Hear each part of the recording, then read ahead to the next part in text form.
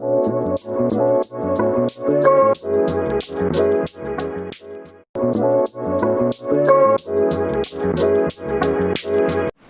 जो हमारा next question है वो है show that any positive odd integer is of the form 6q+1, 6q+3 और 6q+5 where q is some integer.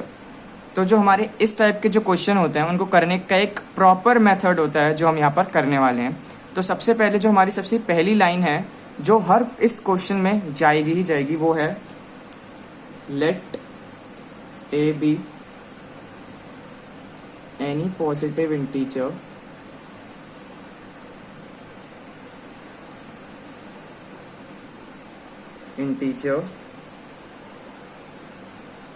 And b is equal to 6।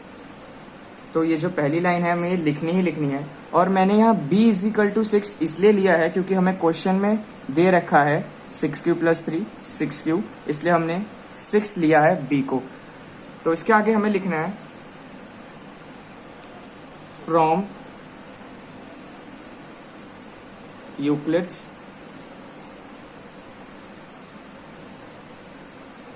Division lemma a is equal to BQ plus R where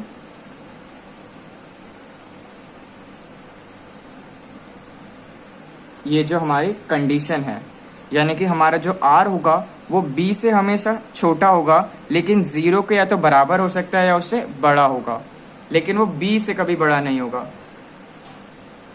तो जो हमारे इस possible case में यानी कि b को 6 रख के जो हमारे पॉसिबल केसेस आ सकते हैं वो आ सकते हैं r is equal to 0, 1, 2, 3, 4 and 5। हमारा जो r है वो कभी 6 नहीं हो सकता क्योंकि ये जो कंडीशन है फिर वो सेटिस्फाई नहीं होगी। अब हमें ये करना है, हमें हर r की वैल्यू को इसमें इस कंडीशन में पुट करना है और उसके बाद क्वेश्चन को आगे करना है। तो सबसे पहले when r is equal to 0, a is equal to BQ plus 0 यानी कि a is equal to 6q यानी कि सिर्फ ये। तो ये हमारा जो पहला इक्वेशन जैसे हम कह सकते हैं वो पहला हमारा रेडी है। दूसरा when r is equal to 1, so a is equal to 6q plus 1, ये हमारा दूसरा हो गया। अब हमारा तीसरा when r is equal to 2, a is equal to 6q plus 2। उसके बाद when r is equal to 3, a is equal to 6q plus 3। r is equal to 4, a is equal to 6q plus 4। when r is equal to 5, a is equal to 6q plus 5। तो अब हमने r की सारी values put कर दी, यानी कि इसके आगे अब हम कुछ नहीं करना है। अब हमें ऑब्जर्व करके हमें जो आंसर जो क्वेश्चन ने पूछा है वो हमें देखना है। तो सबसे पहले हम दोबारा क्वेश्चन में जाते हैं और हमें क्या करना था कि हमें बताना था कि कोई भी positive odd integer is of the form 6q+3, 6q+3 या 6q+5। तो हमें सिर्फ ऑड इंटीजर देखने हैं।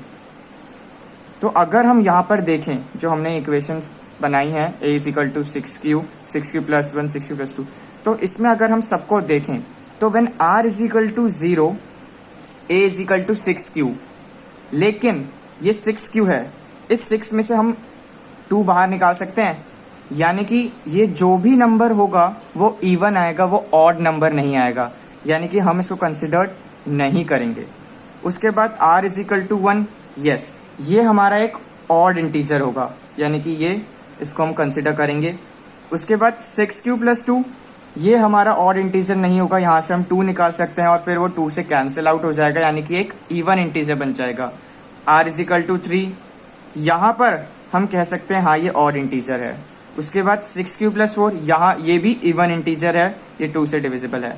उसके बाद 6q प्लस 5, तो ये एक ऑड इंटीजर है।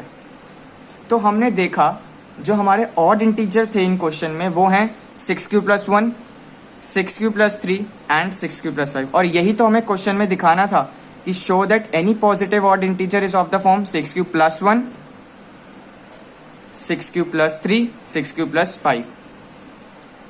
तो जो अब हमारी लास्ट लाइन होगी वो होगी as we can see that 6q+2 and 6q+4 are even, so 6q+1, 6q+2 and sorry ये 3 है 6q+5 are odd integer। तो हम अब यहां पर कह सकते हैं thus any positive odd integer can be expressed in the form of 6q+1, 6q+3 and 6q+5। तो जो हमारा दूसरा क्वेश्चन है वो भी यहां पर हो चुका है।